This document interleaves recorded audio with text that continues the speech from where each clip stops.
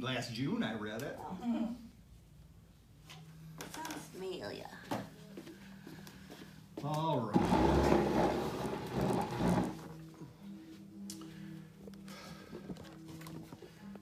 I believe the Course in Miracles lesson for today is you are a minister of God. You are a minister of God. So this meditation that I wrote for cleaning the mirror for June 3rd is I am ministering to my brother. So let's get quiet for a moment and we'll do this meditation.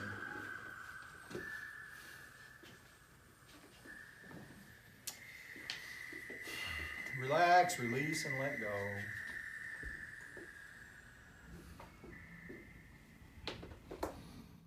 And just focus on the breath. And there's no reason to try to change it in any way. Just notice how it works.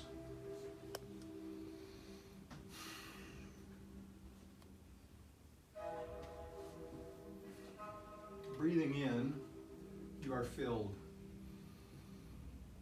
And breathing out, just naturally relax.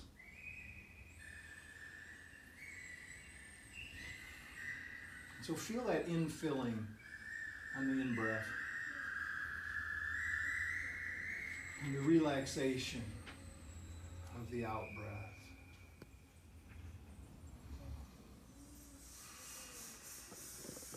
And this is a tool that can be used throughout the day.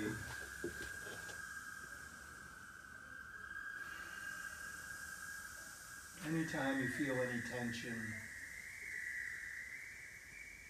just pay attention to the breath.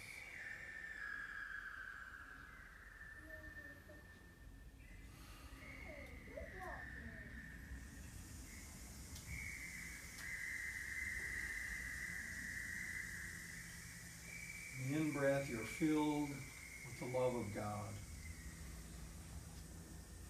And on the out-breath, you relax into the life of God.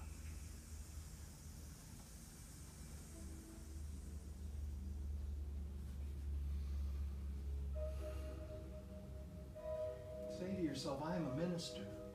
I am a minister, and I am ministering to my sister. And I am not my sister's keeper, but rather, I am my sister. We remember the scripture, if you go to the altar there to leave your gift, but are angry with your brother, go first and be reconciled, and then come back and leave your gift.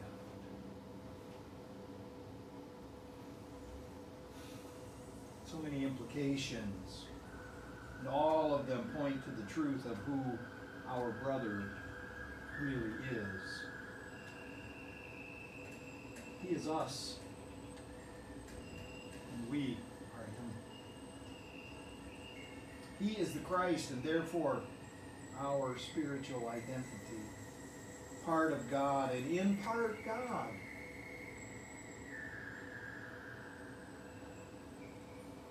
Our task here in this world is to minister to our brother, thereby ministering to ourselves.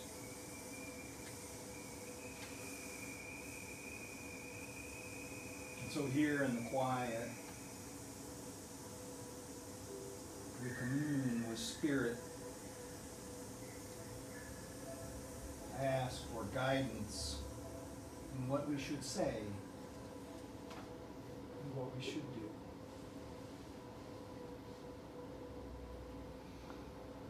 The mind filled with grievance cannot minister. The illusions must be forgiven. So we can see it now. See it in your mind now. Visualize yourself going to your brother, your sister, in a peaceful, healing way, to resolve the conflict between you.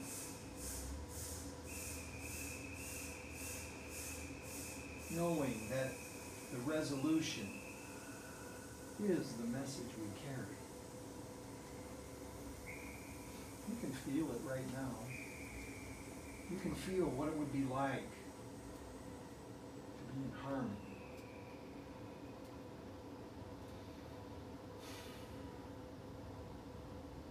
Harmonious, at one with, at peace, in love. From this state of mind, we all go forth as ministers of God to the world.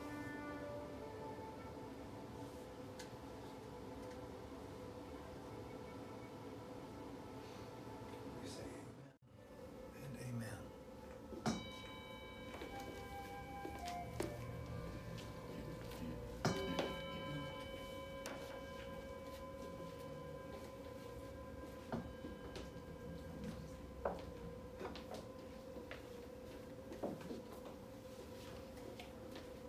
Oh, yes.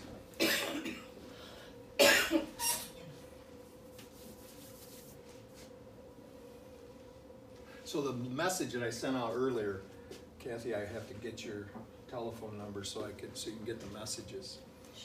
Telephone or email? Telephone. Actually, I texted if that's Oh, okay. okay. So first things first. This was one of the tenets of 7 Habits of Highly Effective People was like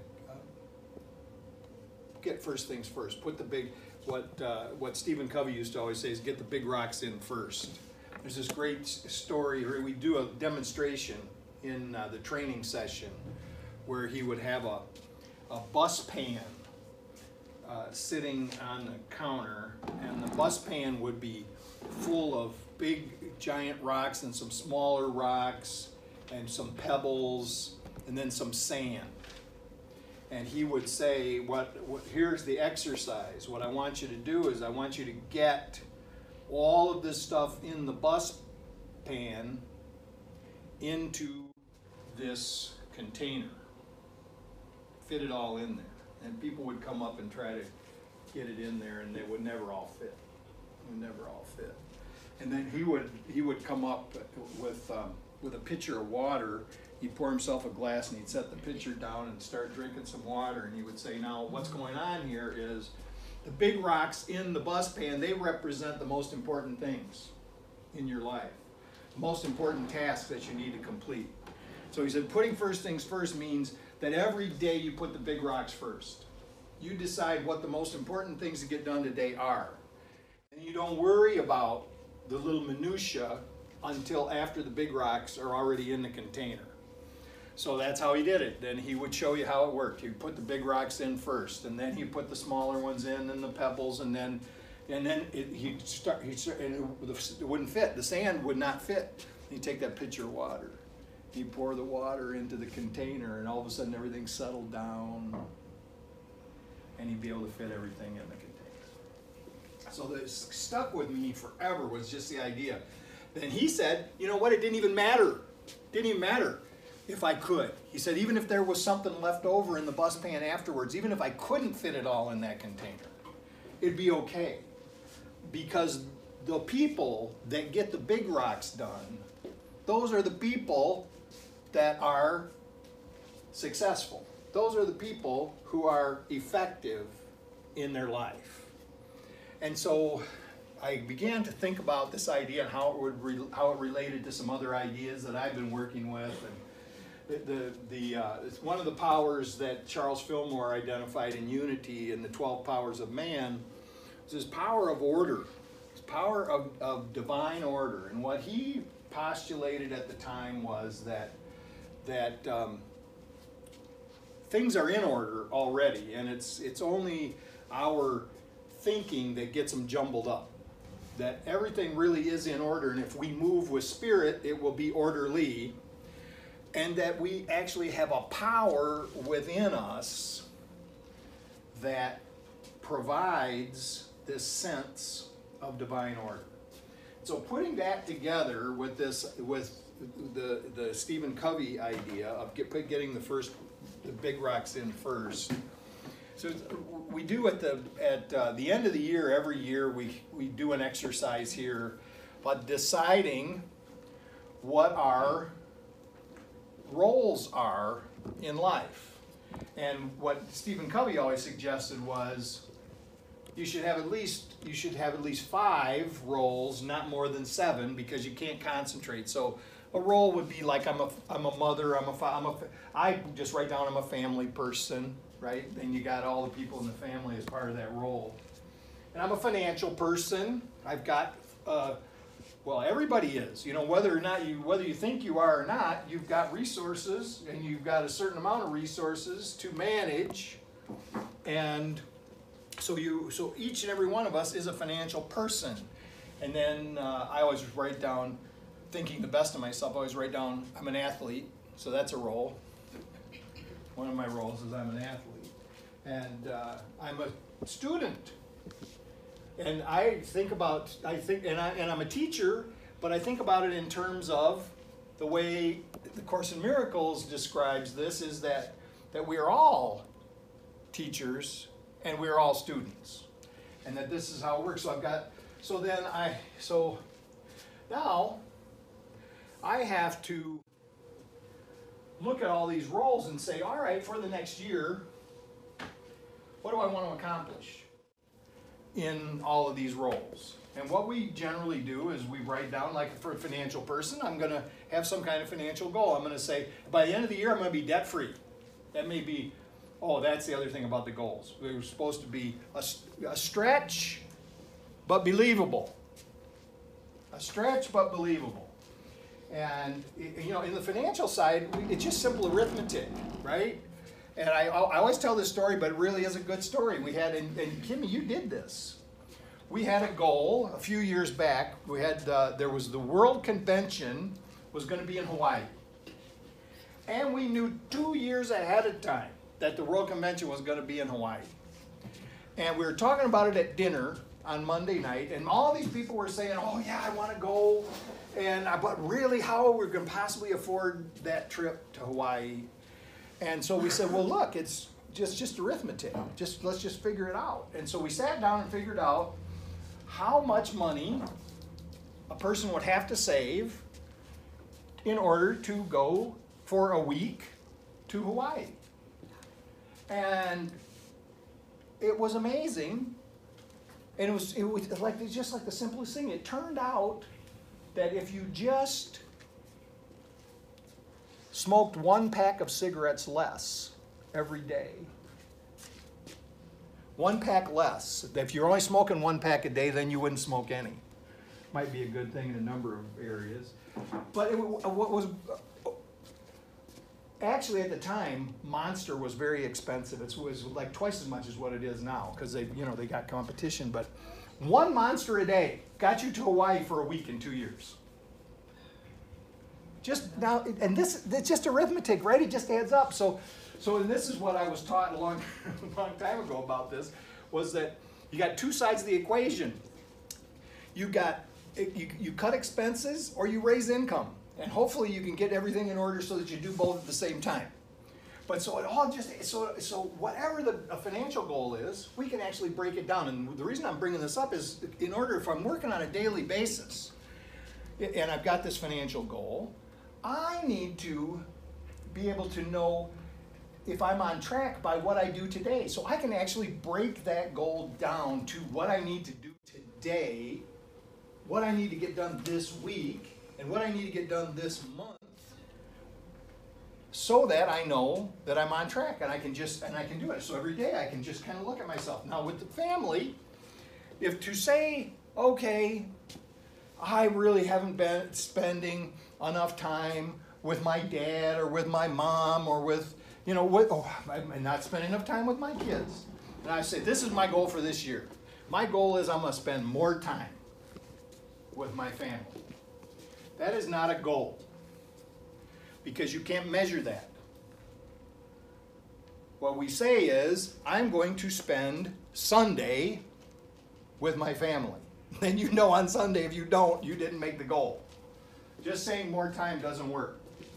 So all these things, these big rocks that we want to get in there. I know what I want to do for my exercise, and I know every day if I did it or not. My watch now helps me.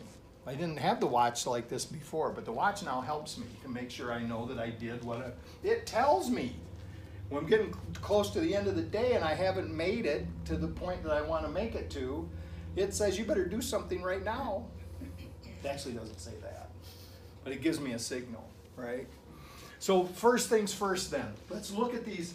So every day I look at my roles and I say, what are the things I need to get done in my roles today so that I can keep on track? And what ends up happening when we do this and when we focus in the day, putting first things first, life begins to change for the better.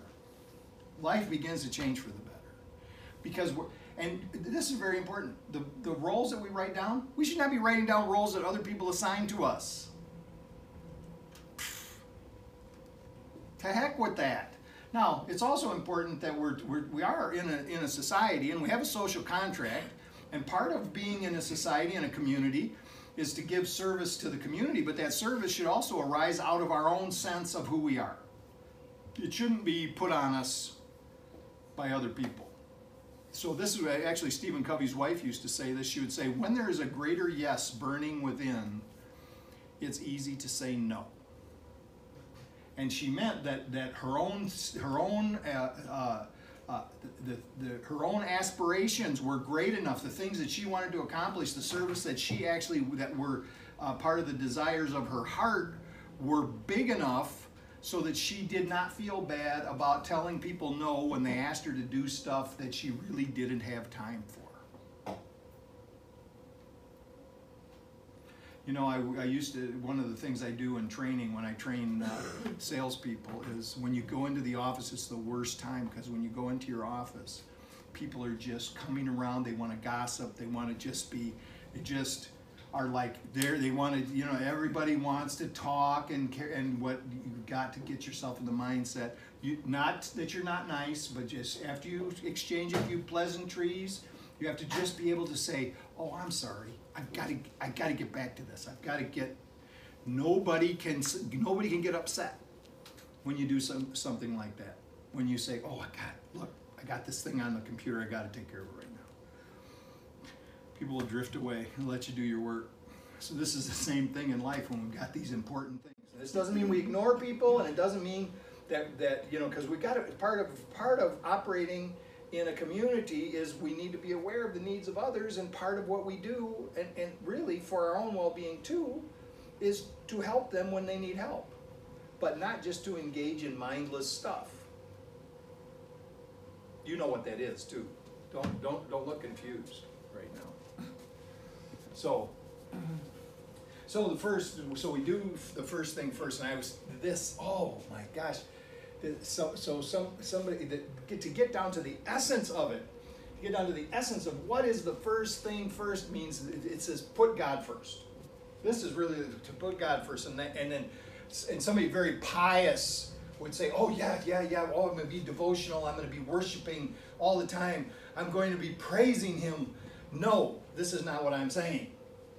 What I'm saying is the way we think about God is that God is actually the unity of all life, that God is the whole of life.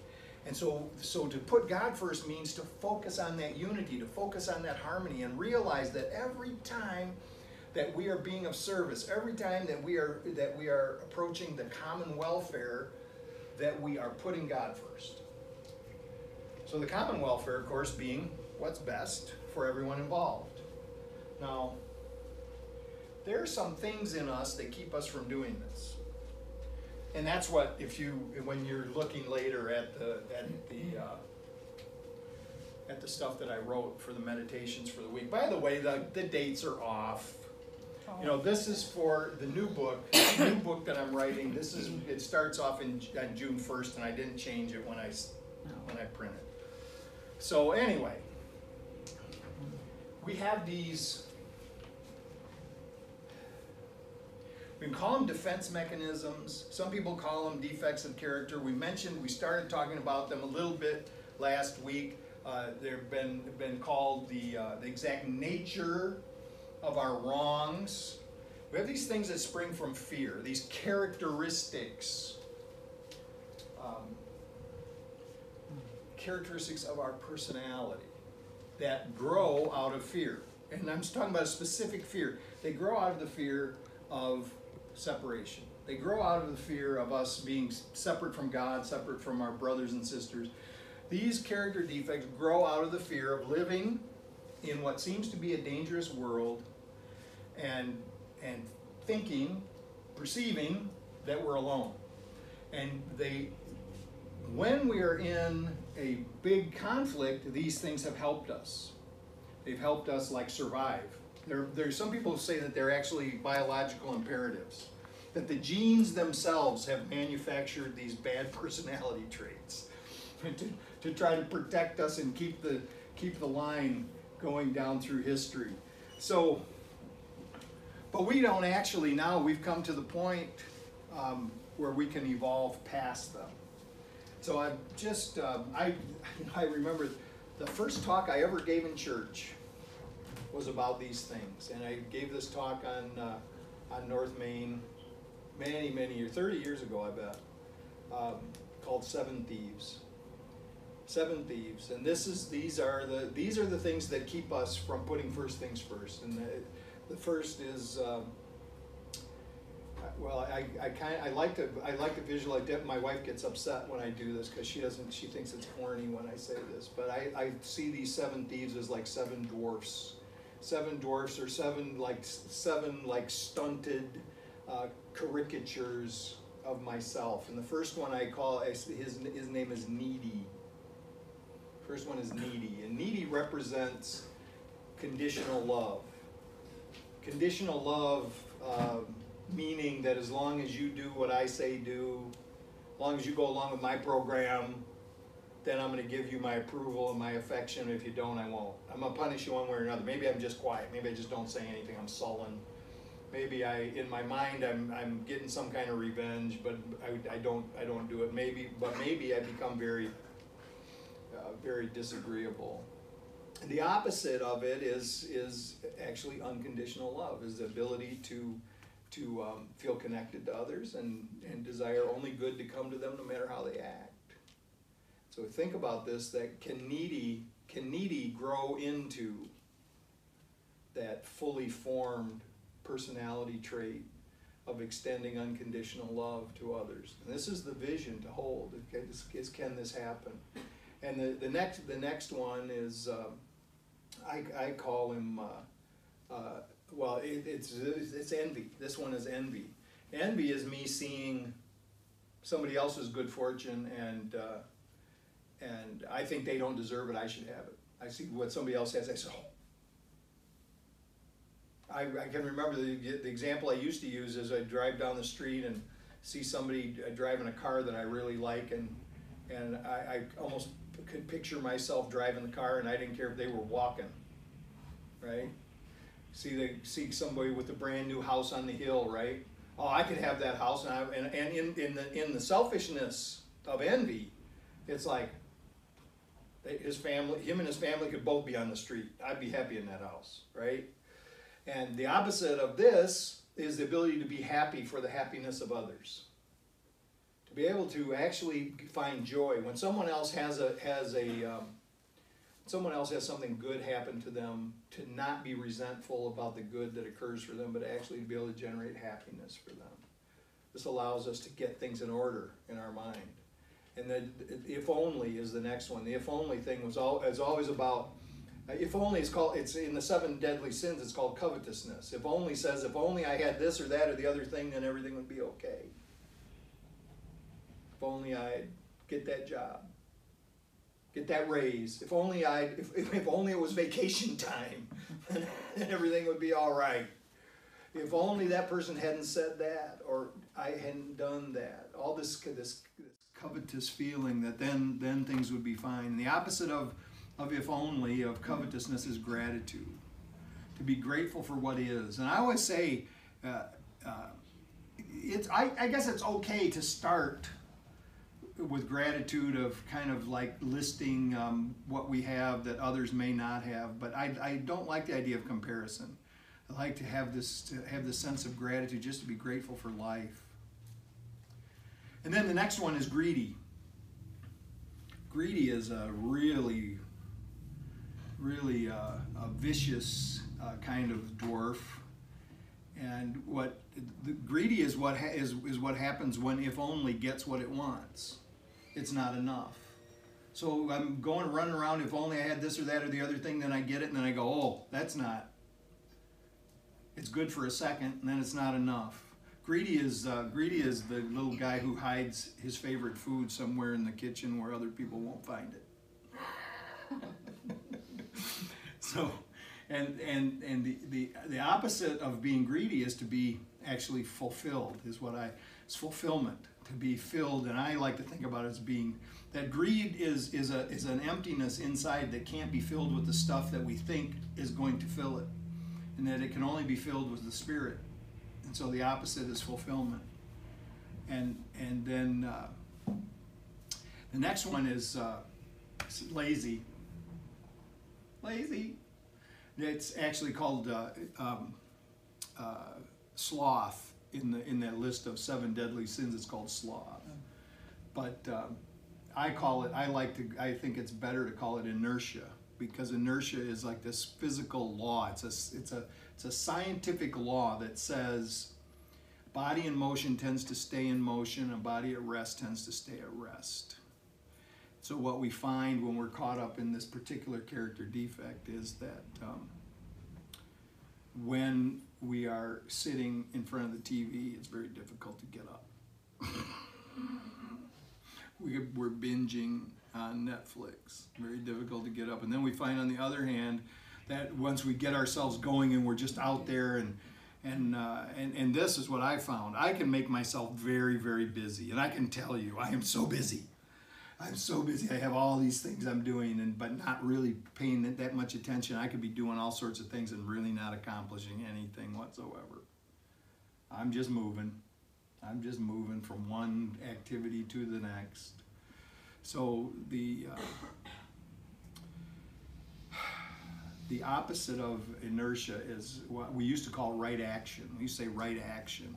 I like to think of it now as proper service, of doing the right thing for the right reason at the right time.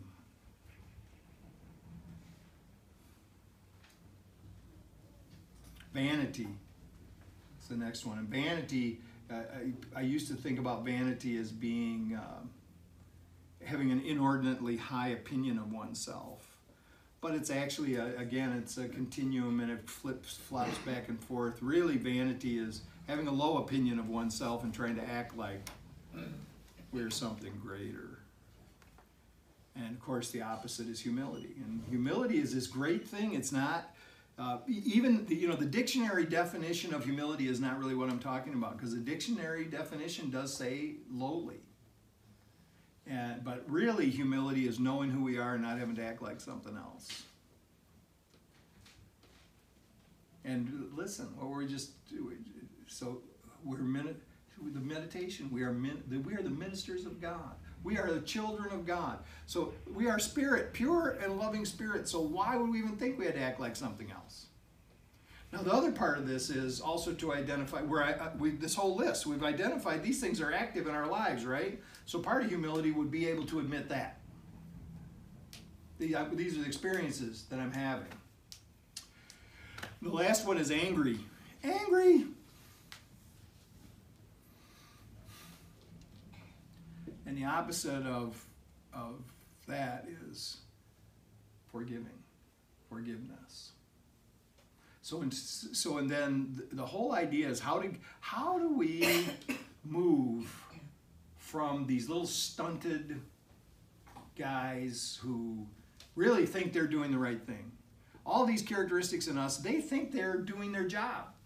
They believe that they are protecting us from the dangers of the world. And so how then do we put them at rest? How do we get them to grow out of this really stunted condition?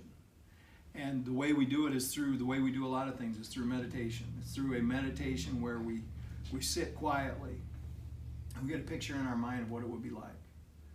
What would it be like if instead of me holding you hostage, if instead of me being so needy that you have to act exactly the way I need you to act, what would it be like if I just, what does it feel like for me just to set you free? And that I'm perfectly okay with whatever it is that you do. It's your life, you do, and I'm with you, and I have to be able to extend this unconditional love to you regardless. And this is very, and I have to say this every time, this is very important.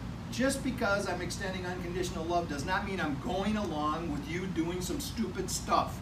It doesn't mean that I'm going along if you are being hurtful to others. It just means that even though you're doing that, I'm still loving you. There may be some appropriate thing that I need to say to you, but I still need, in order for my own peace and well-being, I need to be able to extend love. So, and then what would it be like is if instead of being envious, what would it be like if I was happy for the happiness of others? I remember we had a guy who used to come. He was so upset one Sunday. He came and he was very upset because the CEO of Sunstrand had just gotten this huge raise, and everybody else in the company had a pay freeze. He was really worked up over it. And I said, well, you know what? I think myself, as a business person, I think that's not a sustainable model, and I don't think it's a good idea that you operate a business that way. I think eventually that's going to come back and hurt you. However, what I said to him was, congratulate the guy. Be happy. Just be happy for his good fortune. And you can separate that from the issue about whether that's a good decision or not. You don't have to be mad at him. Take issue with the policy. Talk about it. But be happy for his good fortune. Well, this is a challenge, right? And how would it feel if I totally stopped saying if only this or that or the other thing and I was just grateful? We all know what gratitude feels like. So we get this image in our mind of holding this gratitude in mind and to be filled with the Spirit rather than to be greedy, to see that hole inside filled with the Spirit, filled with love. So just considering it now, it's easy to see that if we take the time to sit quietly and just imagine, get pictures in our mind of what our life would be like if we were able to if we were able to move into right action anytime we found ourselves inactive. What would it be like if every time we started to get angry, we were able to forgive?